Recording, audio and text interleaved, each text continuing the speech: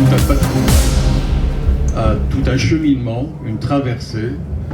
Je me suis posé la question, vous répondez peut-être à côté, mais d'une manière mais vraiment ironique. À un moment donné, cela m'a amusé, vous avez parlé de sécheresse. Et je me suis dit, voilà, quelqu'un, ça fait 50 ans qu'il écrit, comment on peut être sec à un moment donné? Et je me suis dit, là, peut-être c'est le doute, mais ce n'est pas le doute. Je crois que c'est une forme d'ironie qu'il a essayé un petit peu de nous faire peut-être réfléchir évidemment à ça. Alors, si l'on peut, d'une certaine manière, dire un mot de ce recueil, est-ce que c'est... À un moment donné, vous parlez même de bilan. Est-ce que vous êtes à l'heure des bilans, c'est Abdelatif Labi? J'ai déjà eu à d'autres époques de ma vie où effectivement j'ai écrit des livres bilans. Et cette préoccupation, et quand je regarde de plus près mon œuvre littéraire, c'est à peu près tous les 10 ans que ça se représente pour moi.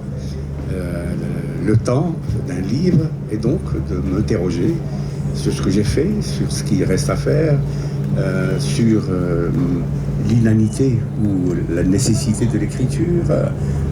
Donc c'est quelque chose qui est assez permanent chez moi.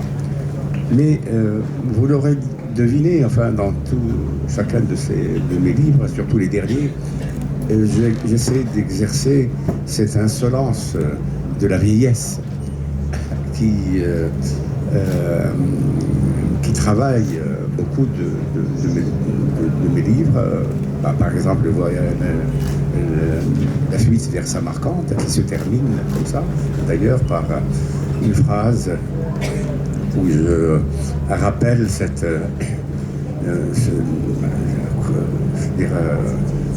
qu'il y a une insolence de la jeunesse, mais il peut y avoir aussi une insolence de la vieillesse. Oui, mais il n'est pas terrible. Oui. Bon, à votre question, je n'ai aucune réponse, en fait. Moi, l'écriture, pour moi, est une respiration, une façon d'être avec moi-même, dans le monde, dans mes rapports humains, dans mon rapport à la nature, au cosmos. Sans l'écriture, j'ai l'impression d'être un cadavre, de ne pas vivre véritablement. La véritable respiration, pour moi, elle se fait lorsque j'ai réussi à écrire. Et à partir de là, bon, quand je sais que je n'ai pas perdu ma journée, en quelque sorte, parce que moi, chaque matin, je vais dans ma chambre, là où j'écris, et c'est, comme je l'ai souvent dit, comme un rendez-vous amoureux. J'y vais, je m'assois et j'attends. Ça vient, ça ne vient pas, peu importe. Le principal, c'est d'être à l'intérieur de soi-même et d'être en prière, pratiquement. D'entrer dans cette... et bon, je suis rarement... Enfin, c'est-à-dire... cette sécheresse dont vous parlez, c'est assez rare chez moi, parce que je travaille constamment. J'ai une production, chaque année, je publie un livre ou deux, sans parler des traductions que je fais, les révisions de traduction aussi. Donc j'ai un travail permanent. Et c'est ça qui me permet effectivement de tenir, malgré tout. Parce que à cette saison de la vie que j'ai atteint aujourd'hui, il est évident qu'on peut se laisser aller à une certaine fatigue, disons, mais une désillusion. Quand on a passé toute sa vie à se battre, pas seulement contre les moulins, mais contre des forces qui agissent contre ce qui fonde même l'humain. Donc, voilà ce que j'ai à répondre. C'est-à-dire, aujourd'hui, je suis assez, je dois dire, perturbé. Parce que on sait bien que nous avons perdu hier. J'ai perdu, tu as perdu, nous avons perdu un ami, mais un grand créateur dans le domaine du cinéma, dans le domaine du théâtre, quelqu'un qui a voué sa vie entièrement à la création théâtrale, cinématographique. C'est un être très controversé. Il peut avoir des sautes d'humeur qui parfois inacceptables. Mais bon, ce qu'on ne peut jamais, ce qu'on ne pourra jamais lui enlever, c'est cette fidélité incroyable qu'il a eue à la création dans le domaine du théâtre et du cinéma. Sa vie, il l'a consacrée entièrement à cela. Ça a touché beaucoup de monde. Et ce que je vous demande, c'est pas de vous lever ni de faire une minute de silence, parce que pour moi c'est important, c'est de juste fermer les yeux ensemble et rester comme ça une vingtaine de secondes. Je vous en prie. À sa mémoire. Il s'agit de Nabil Hello, bien entendu. Et nous avons perdu aussi un très grand chanteur marocain, Abdelwahab Toukali, il y a 1 heure ou 2. Voilà. Il reste en paix. Depuis quand? Il y a 1 heure, 1 heure et demie, comme ça.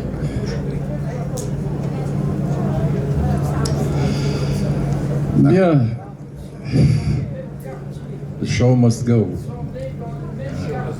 Ouais. Alors, pour revenir un petit peu, et là c'est ma lecture personnelle, à un moment donné vous parlez de bilan, je suis prêt à faire un bilan, mais quel bilan? Est-ce que vous parlez d'un bilan poétique ou un autre bilan Je ne suis pas de ces écrivains qui s'endorment sur leur laurier. Personnellement, et ça je l'ai dit, je l'ai écrit, je suis quelqu'un qui se remet tout le temps en question, pas en cause, mais en question.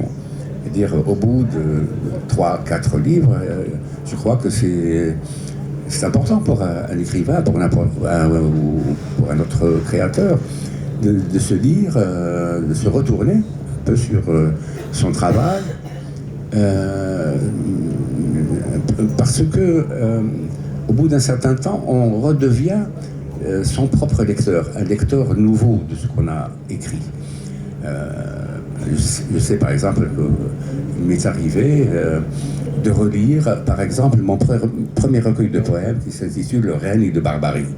Je l'ai écrit entre 1964 et 1966.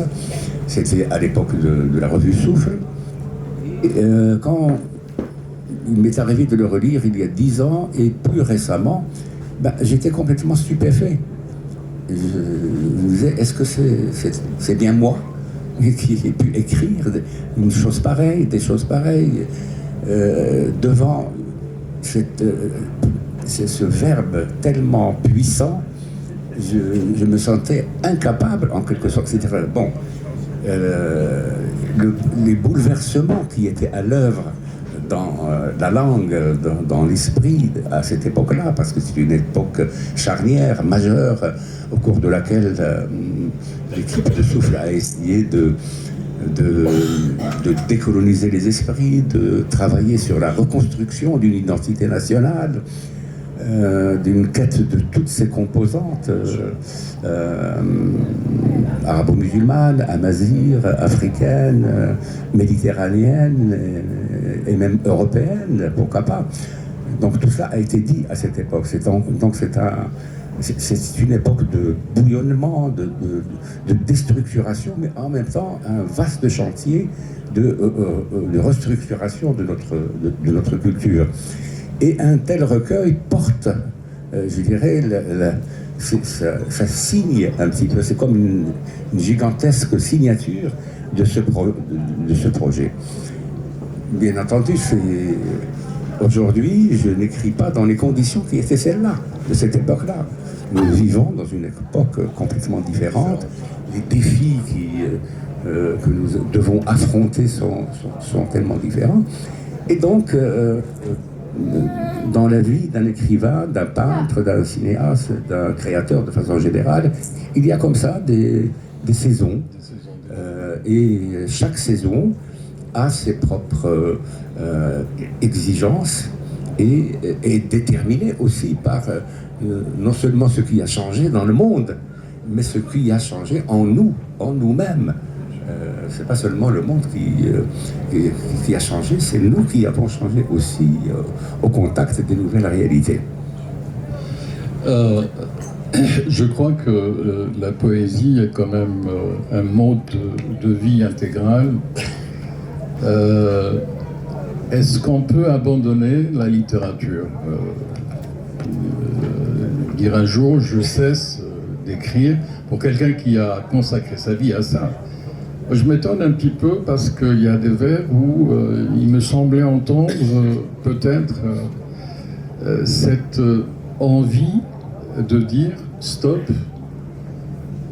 je passe à quelque chose d'autre. Vous savez, la tentation existe. Et elle ne me concerne pas seulement en tant qu'écrivain, en tant que personne. Je crois que chaque créateur, à un moment déterminé de sa vie, c'est reposer cette question: à quoi ça sert finalement? Est-ce que vraiment, en écrivant, en peignant, en faisant des films, etc., on va changer le monde comme nous en avons rêvé au cours de notre jeunesse? Parce que ce qui s'est passé dans les années 60, c'est qu'on avait fait... Bon, ce qui se posait à nous, c'était de comment changer le monde. Notre monde, à nous, pas le monde de façon générale, mais le monde que nous a légué la colonisation. Il fallait gérer cela. Bon, c'est une tâche colossale. Je pense que cette tâche, nous, la génération qui est la mienne, nous l'avons affrontée, parfois sans même comprendre les tenants et les aboutissants. On s'est jeté à l'eau, on s'est jeté au feu, je dirais, parce que on était mus justement par ce besoin de transformation de la réalité dans laquelle nous étions. Nous voulions justement que la fin du protectorat amène une véritable décolonisation, amène la construction d'une nouvelle culture. Donc c'était un chantier gigantesque. Après, bon, on passe à autre chose. Si on replace cette discussion dans la période qui est la nôtre aujourd'hui, vous conviendrez avec moi qu'il y a parfois des raisons qui poussent non seulement vers le sentiment de lassitude, d'inanité, mais vers le désespoir aussi. Il faut le dire. Je n'ai pas honte de dire cela. Qu'il m'arrive d'être désespéré, de me dire finalement j'ai passé toute ma vie à rêver, à me battre pour un certain nombre de choses dont même pas un millionième s'est réalisé. Et voilà, je dis ça en toute sincérité. Et malgré cela, je tiens à ce millionième.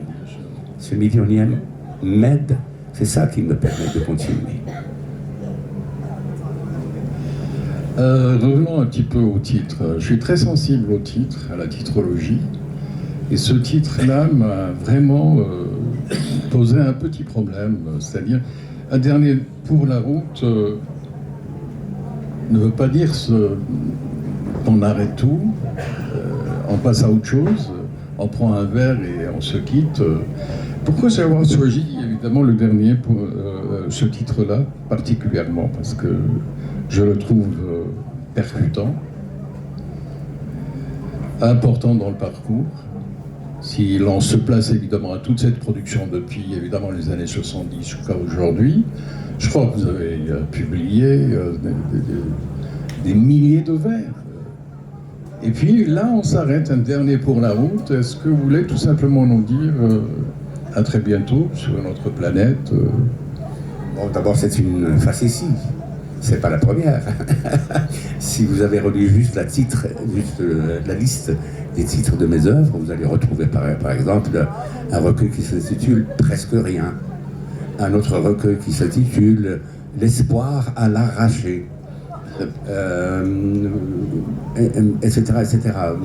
Mon œuvre est bourrée justement de ces facéties, parce que, bon, parfois aussi, la poésie peut faire peur aux gens. Aussi. Parce que pour beaucoup de gens, la poésie, c'est très sérieux, c'est très compliqué, c'est abstrait, il n'y a pas une histoire, il n'y a pas une... Bon. Et personnellement, j'ai toujours travaillé dans ce que j'écris à rapprocher la poésie de la sensibilité, disons, de la multitude, pratiquement. Est-ce qu'elle vous a permis d'être en phase avec vous-même, de rester fidèle à vous-même, la poésie? Je ne sais pas. Rester fidèle à moi-même. Mais qui suis-je d'abord pour être fidèle à moi-même?